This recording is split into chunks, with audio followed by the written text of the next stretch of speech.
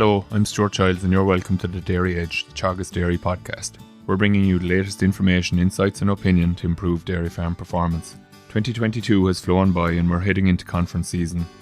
While the Teagasc Dairy Conferences over the last few years have been online due to COVID, we're delighted to be back on the road again this year with conferences in the Rochestown Park in Cork and the Mullingar Park in Westmeath. The opportunity to meet attendees face to face, as well as the opportunity for attendees to meet one another, is to be welcomed.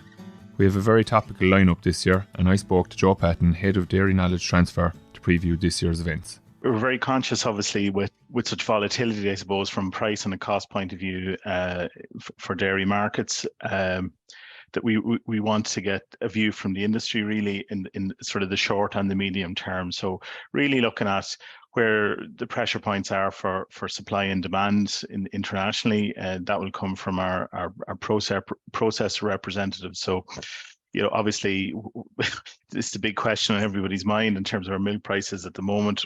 What's it likely to do over the next period of time? I suppose there'll be an element of that in the conference, but also, I suppose, to understand what the drivers of that actually are likely to be over the medium term, I suppose.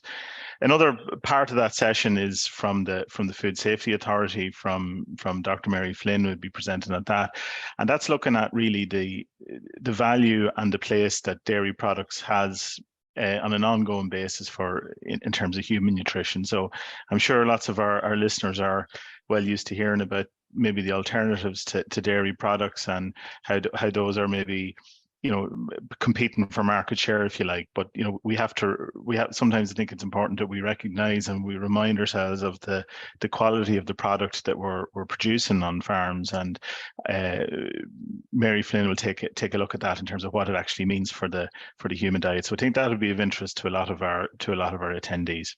So I suppose the two of those papers really are going to be addressing kind of what are the future demands going to be on farmers, maybe, or making people aware of what's coming down the tracks that we're going to have to adapt to.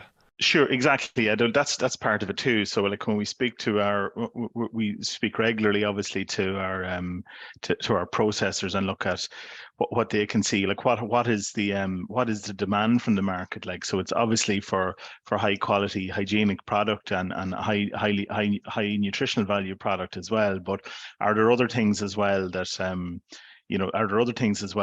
is being demanded from the market in terms of, you know, sort of non-nutritional stuff like sustainability measures, etc. A lot of those kind of things are becoming more important in terms of how our product is viewed or how our product is marketed internationally. So we will be asking the question really at the conferences, what are those things likely to be into the future, and what does that mean for how farmers run their business? What do they have to take account of to meet those targets as well, you know? Okay, very good. So I suppose if we look back on 2022, while it's been a small bit of a challenging year in terms of grass growth, looking at figures that Micheál O'Leary has produced there in recent times, and maybe that was only in certain parts of the country, there are some positives that can be taken from it, and one of those would be the 14% reduction in chemical nitrogen usage. And the other big positive, I suppose, is the upsurge in the drive for clover incorporation. Session 2 is looking to build on that, I suppose, into 2023. So what exactly can people expect to hear from Deirdre Hennessy and Mike Tineen on the day? That's well put, Stuart, in terms of where the sort of the environment has got to from a nitrogen point of view. There's certainly been a lot of interest in establishment of clover and management of clover, and we would have seen that across the year, as you say, through the workshop events done around the country, and things like the Ballyhaise Open Day this year and the Johnstown Open Day focused a lot actually on clover establishment and management. So really, what Deirdre's going to look at there is around the question of nitrogen strategy on clover swards and what the research actually says about that in terms of the timing and the rates of nitrogen application when clover is being established or has been established. And I think it is important to say that you know, where clover has a benefit from a climate point of view is the fact that it has the capacity to offset the change in chemical N. So if we don't get a change in fertilizer input, we don't get the value of clover, obviously. So really, what Deirdre wants to outline there is based on a lot of research over a number of years. Like what's the bottom line basically on nitrogen strategy while establishing and after you've established your clover source? What does the research actually say? So there's always a good bit of debate around that actually, and we could see that in the farm walks this year as to what the right thing to do is. So they're to try and plot a practical outline for that. In terms of what Mike will cover then, I suppose, I think it's a benefit really when you think about it that the clover sward itself and the higher clover swards, they do have potential benefits from a nutritional point of view in terms of their high quality, maybe their fiber is a bit lower, they get better intakes if well managed. So there could be benefits there from an animal performance point of view as well. So Mike wants to take a look at that as to if you take clover as a feed, and I think sometimes we haven't really talked much about that as actually grass clover swords as an actual feed. What does it look like in terms of its quality, and what can we expect from an intake point of view? And also maybe as well to align to that is, in terms of supplementation at different times of the year, like what's sensible in terms of what milks can those swords support, and where can supplement be used most effectively and maybe reduced in a lot of cases. So that's where Mike will go with it. So taking clover as a feed actually and seeing what that looks like. And I suppose also, and importantly within that section, we will be hearing from a dairy farmer in both locations. Actually, we have two dairy farmers who have been establishing and working with clover in the field over the last number of years. So Michael Gowen in Cork and Sean O'Donnell in from Mayo, but in the Westmeath section, he will cover that. And I think that's always very important to hear that, the research is one thing, but the practical application of it on the ground is another. And we'll hear from those two guys in terms of how it has worked for them, where the challenges have been, and some maybe the benefits they've seen for their farms as well. So that's very important to hear the message from people working out on the ground, So I suppose, Joe, moving on to the third session then, I suppose we're only 2 to 2.5 months away from a real pinch point in Irish dairy farms when we're expecting somewhere in the region of 1.6 million calves to be born. Dealing with that puts pressure on farmers, but it also puts particular pressure on facilities, because obviously we only need these facilities for a shorter period of time, or that's the perception that people can often have. The other big pressure point, I suppose, in relation to calf welfare, and while the calf welfare on Irish farms is very, very good, for the most part, it must be pointed out, Emer is going to be talking about key elements of this.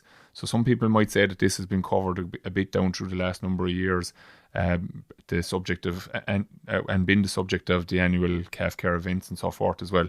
Is there a particular reason why we've chosen to look at this again in such detail? It's a topic exactly that you might say we've covered a bit before, sure, but on the other hand, there's a couple of new things to be talked about here really as well, is that particularly maybe around the breeding side of things and the capacity now maybe with extra sex semen available and in high EBI sex semen available, and maybe a growing interest maybe in dairy calf to beef. So there's a message there around breeding in terms of when we have more herds maybe approaching, certainly slowing down in terms of the rate of growth and maybe approaching stability in numbers, like what is our what's the message for those herds in terms of the capacity to produce a calf with a bit an improved beef merit. Now, obviously, we know that calving difficulty and gestation are one of the real measures that dairy farmers will look for, given that a lot of the beef calves will be born at the end of a long season, or at the end of an intense season, I should say. We don't want problems with calving difficulty. That would be counterproductive. But there is capacity there maybe to change. There is capacity to change in terms of what beef sires are used. So that's an element that needs a bit of discussion.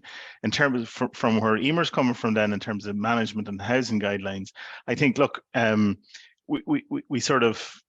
we've covered that quite a bit in the past, but I think it does bear repeating. I think it's a good practical and a good honest look at it in advance of the season coming in. So I think there has been great progress made actually in terms of calf welfare and calf management, particularly around the messages around colostrum have been very strong over the last number of years. But we probably also do need to bring in, just revise in terms of where our guidelines are for housing if it arrives, or if it does happen that we have to hold calves for a bit longer for whatever reason, do we have the space, and have we got capacity to do that? It's good for people to have the numbers and the messages around that. So really, the management and the feeding guidelines are important to revise them at this time of the year. And I suppose where the novelty comes in is, can we actually, is it feasible, and can we look at improving the beef marrow while controlling calving difficulty as well?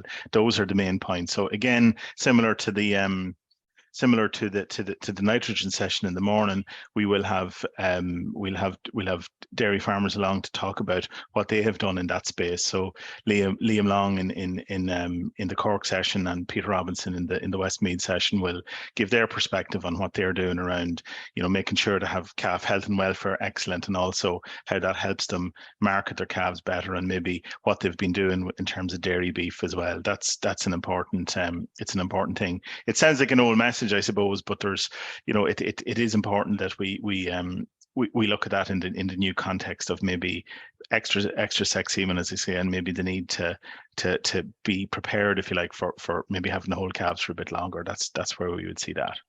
And I suppose, Joe, in the context of the switch to the dairy beef, as you spoke about there, Alan Twomey isn't a name that people might be overly familiar with, but Alan has a lot of work done in that area, and there'll be some good information to hear from that in relation to the calving ease, as you emphasised earlier, being such a key trait for dairy farmers.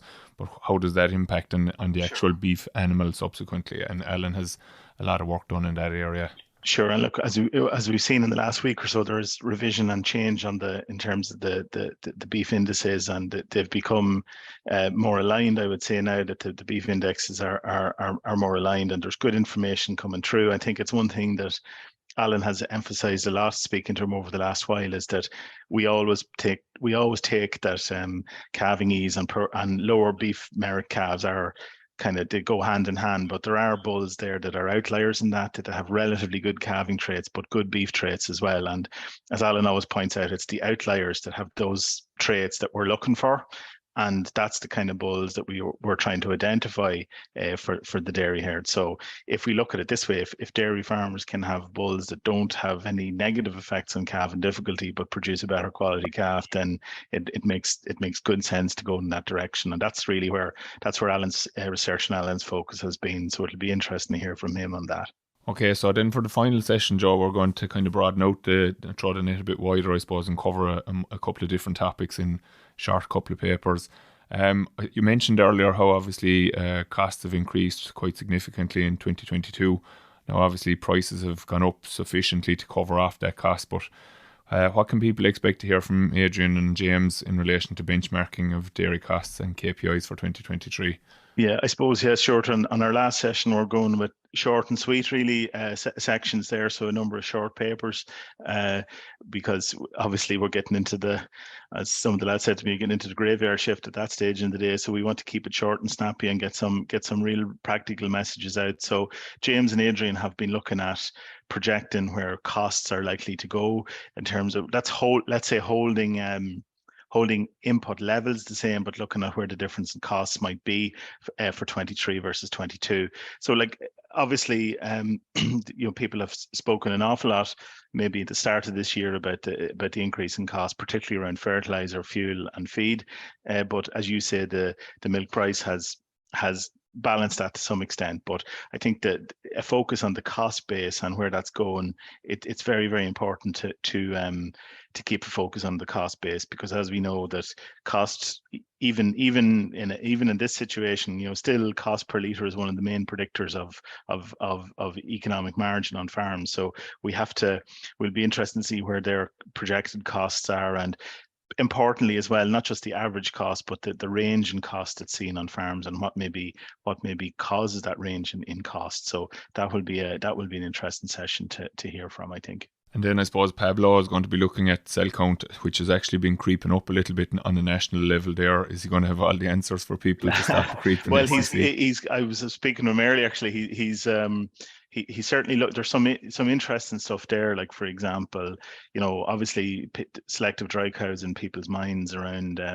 does it work or does it not work? And Pablo will say, well, it kind of depends on what herd you're using it on and what the practices are in those herds. So that's interesting to see what management practices actually are, how they're impacting on somatic cell count. So I think it's important to say that, there are herds that are practicing.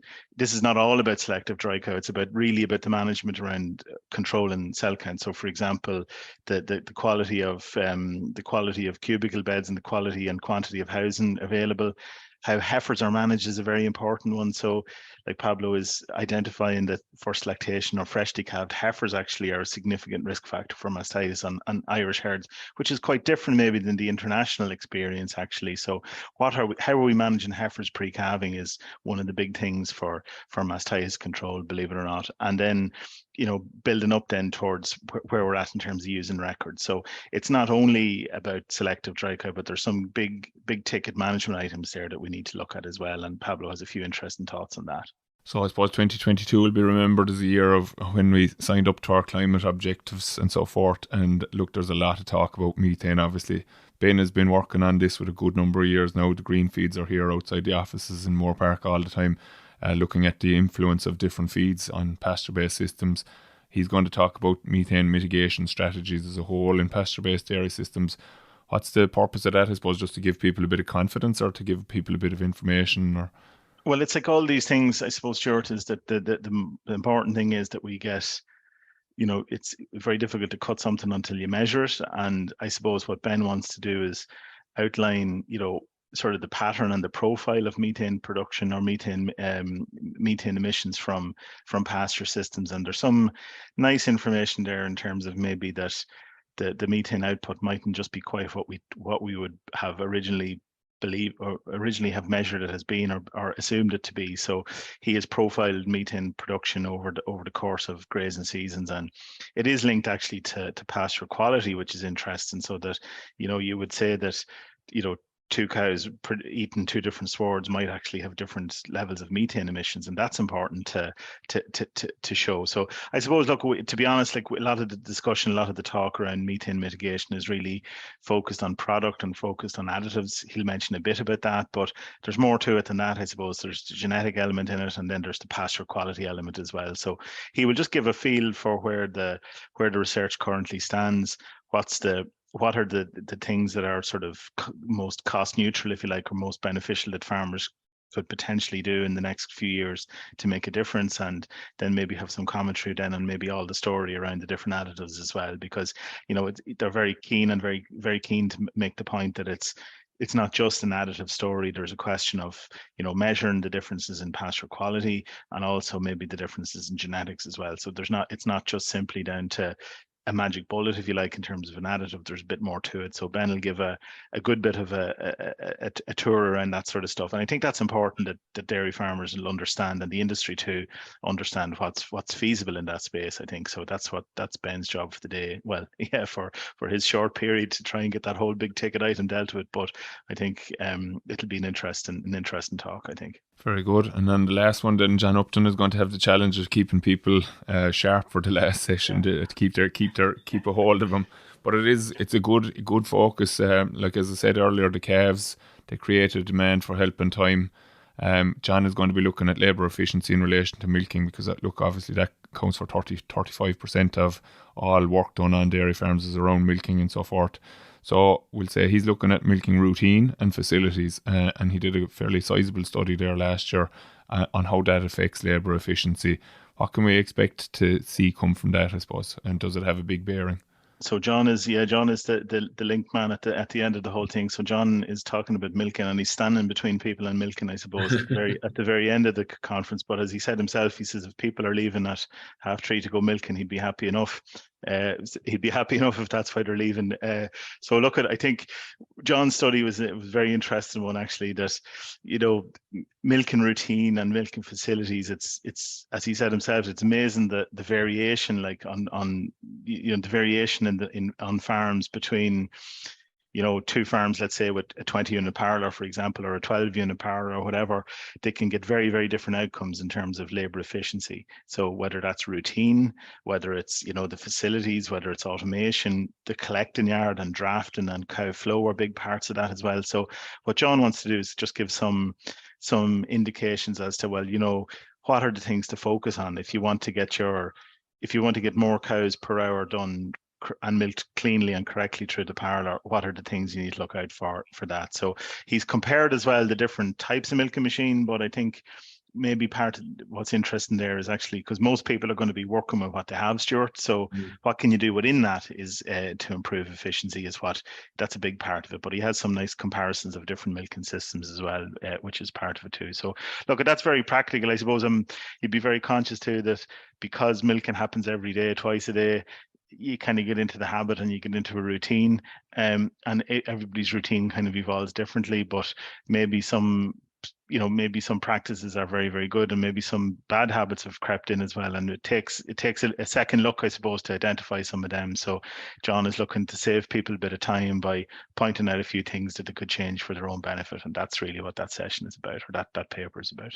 And I suppose it's worth pointing out that this is actual real life research as opposed to. Oh yeah, this is all farms, like it's all on farm stuff. And I mean, he did a great job there in terms of monitoring and putting sensors and cameras and all sorts into parlours to sort of measure what was happening on farms, rather, because I suppose we've done it in the past. We've asked people, about their milking practices, and it seems everybody starts milking at 7 o'clock and 5 o'clock, but when you go measuring, it can be very different. So I think that's the good part. He has good on-farm data and left a good picture and a good story to tell. So we'll be looking forward to hearing from John on that. Very good, excellent, Joe. So I suppose that you've given a good bit of detail in relation to what people can expect, but obviously people need to turn up to get the real information. So will you just fill us in there just before you finish up? When can people attend this conference? It's the 6th of December in Rochestown Park in Cork, and that's a Tuesday. And then Thursday, the 8th of December in the Mullingar Park Hotel in County Westmeath. So the 6th and the 8th are the 2 dates. And you'll see the details anywhere on the just Teagasc Dairy Conference will get you the details, and the booking is online as well. So we'll give you the dinner as well, Stuart, as part of it. So not so bad. You can book up to the day. The early board is so get in there quickly and get it for a few quid less. Yeah, that's it. All right, Joe. Thanks very much. Very good. Thank you, Stuart. That's all for this week's episode of the Dairy Edge podcast, and my thanks to Joe Patton for joining me on this week's show. Don't forget to rate, review and subscribe to the podcast. You can listen on Apple and Google Podcasts as well as Spotify. And for more information, go to the Teagasc website at teagasc.ie. I'm Stuart Childs, and join me next time for your Dairy Edge.